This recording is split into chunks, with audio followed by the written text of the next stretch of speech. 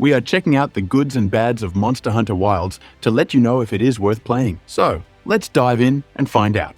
Like any Monster Hunter game, the beginning throws players into a story-driven mission to introduce the basic mechanics. It's flashy, dramatic, and exactly what's expected from the series. The game does a good job of easing players in while building tension. But let's be real, most players don't jump into Monster Hunter for the story. It's lighthearted and fun, but it's more of an accessory to the gameplay rather than the main focus.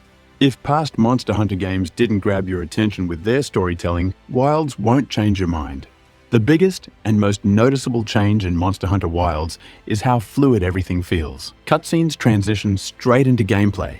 Moving between settlements and the open world is seamless, and quest tracking has been reworked for a more natural flow. This game leans more into an open world structure, similar to the Guiding Lands from Monster Hunter World. Instead of feeling like missions are separate from the environment, everything feels more connected. Previous Monster Hunter games had distinct separation between hubs and monster zones. You'd grab a quest, load into a map, hunt a monster, then return to the hub. Wilds completely changes this. The world outside the settlement is fully explorable, and quests can be picked up on the go. The environment reacts in real time, weather changes dynamically, and monsters move around naturally instead of feeling like they just exist for players to hunt. This makes the game feel much more alive. Monster Hunter Wilds takes what Monster Hunter World did with its ecosystem and amplifies it. The world feels populated not just with monsters, but with all sorts of wildlife and environmental interactions. Monster density is also higher,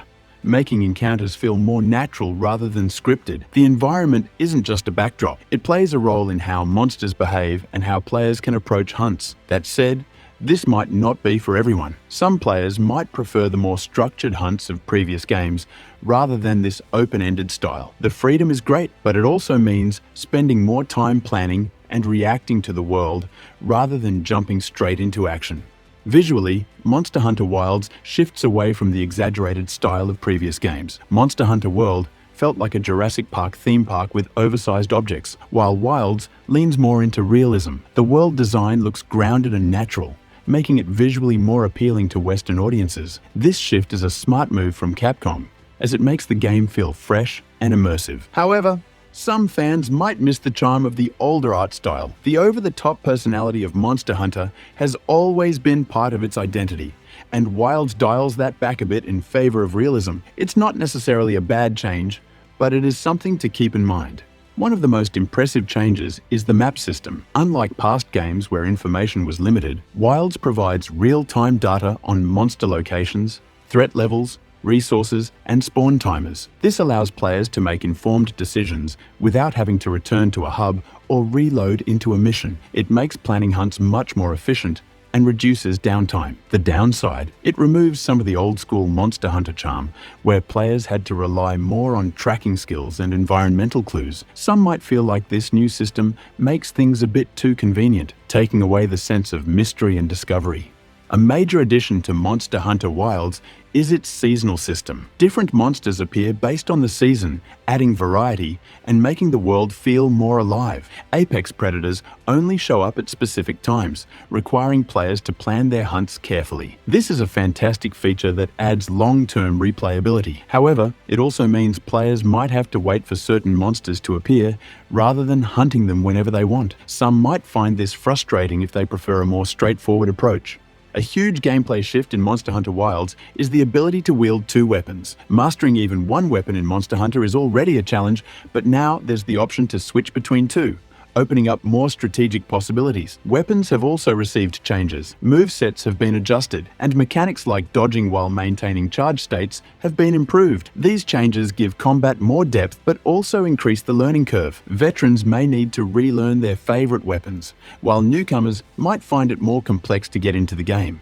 While the new system is great for flexibility, it might not be fully utilized by all players. Many will likely stick to mastering one weapon before feeling comfortable swapping between two in the middle of a fight. Now, for one of the biggest downsides, performance. Monster Hunter Wilds is visually stunning, but it comes at a cost. The large open world, weather effects, and monster density cause noticeable performance dips, even in performance mode. On high-end PCs, this might not be an issue, but console players could experience frame drops, which can be frustrating during intense hunts.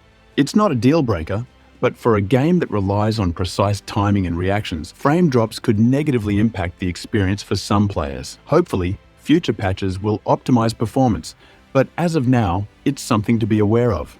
Monster Hunter Wilds is an ambitious evolution of the series. The seamless open world, dynamic ecosystem, improved map system, and combat changes make it feel like a true next-generation Monster Hunter experience. However, it also introduces some divisive elements, like the shift toward realism, seasonal monster rotations, and a more complex weapon system that might not appeal to everyone. The biggest downside right now is performance. If playing on a high-end PC, the game will likely run smoothly, but console players might have to deal with some frame rate issues. If that's a deal breaker, waiting for optimization updates might be the best move.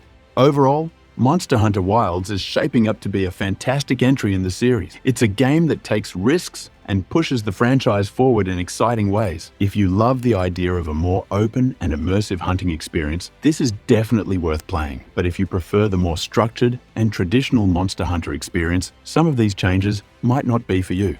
If you want to check out more reviews, make sure to stick around. And if you're in the mood for another deep dive into an open-world adventure, don't miss the Witcher 3 review. Click the link now and see if that legendary RPG still holds up today.